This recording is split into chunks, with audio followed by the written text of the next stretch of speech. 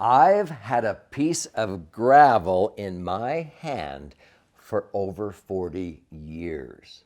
Why? In this episode, I'm going to share with you how to push forward after you've fallen. And this will change your life on how to learn from some of the falls we take in life and how to never forget the lesson that you learned.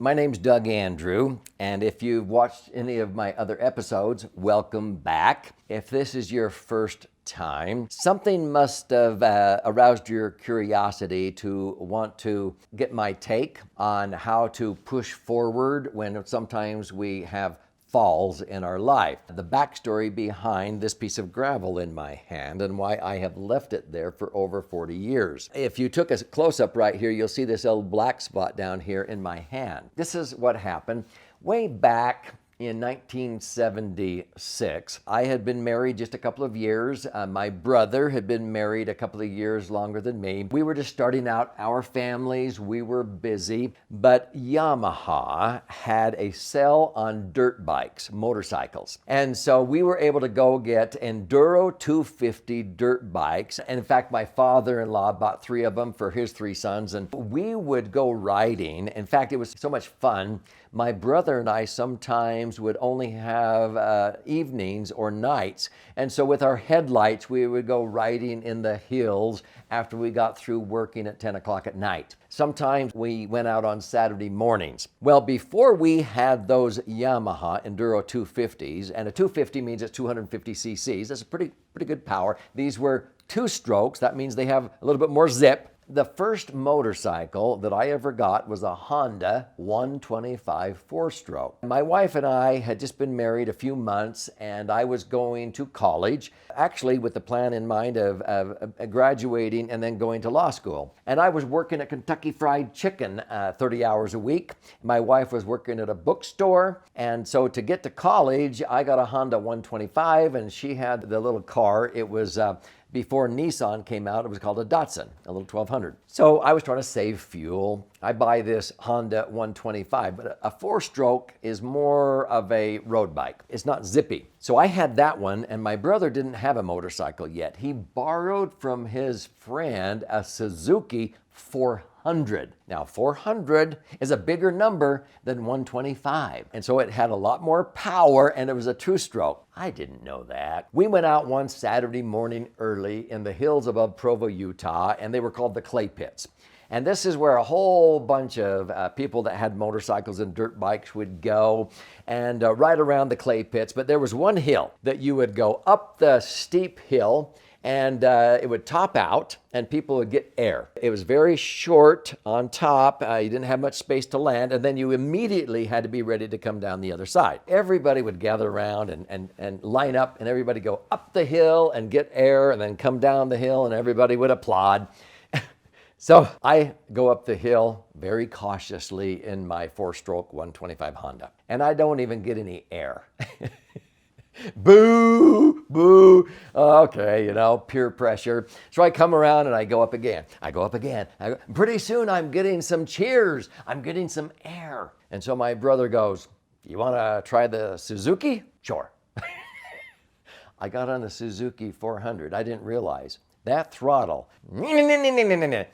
I got on that thing and I gave it the same throttle. Mistake. I did a wheelie up the hill. So I'm going up the hill so fast that I went flying at the top. I mean, the cheers at the bottom. Wow! Well, I didn't start coming down until the hill was already going down. I panicked. I pulled back in the air. And as I pulled back, I came down and I hit the ground going down.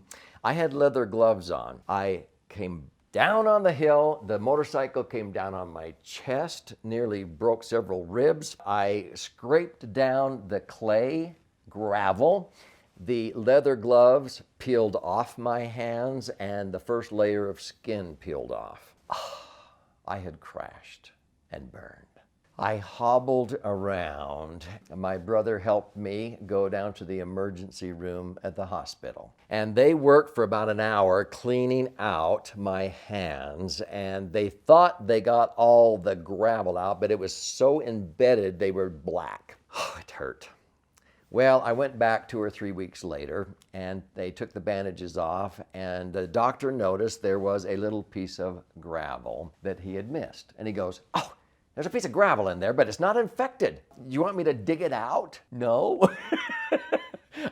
"What if you leave it in there?" And he goes, "Well, it's not infected. It would just sort of always be there, sort of like a little miniature tattoo." I said, "Leave it there. It will always remind me to push forward."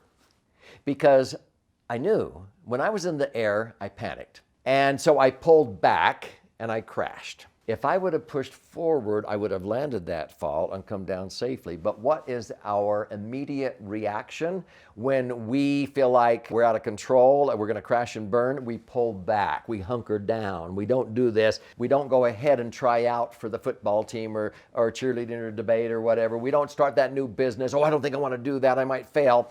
And we don't push forward. And then what happens? We crash. When I look at those little marks in my palms of my hands, I remember to push forward, not pull back. When things get rough, I can learn from the negative experiences and become stronger, and then I will always plow forward in life, even though it may be a little uncertain and painful. I've never grown until I got out of my comfort zone. So what's the takeaway about a piece of gravel in the palm of my hand? Hopefully you're understanding that I learned to push forward instead of pulling back when I get resistance or I feel like, I'm uncomfortable. But I've learned that I have never grown until I got out of my comfort zone. But I also have another episode, and I've written a white paper on a 7-step process that I call the Negative Experience Transformer. And I would recommend that you search out that YouTube video, that episode, because whenever I have a negative experience, like I did when I fell, and for 2 or 3 weeks, I was so sore,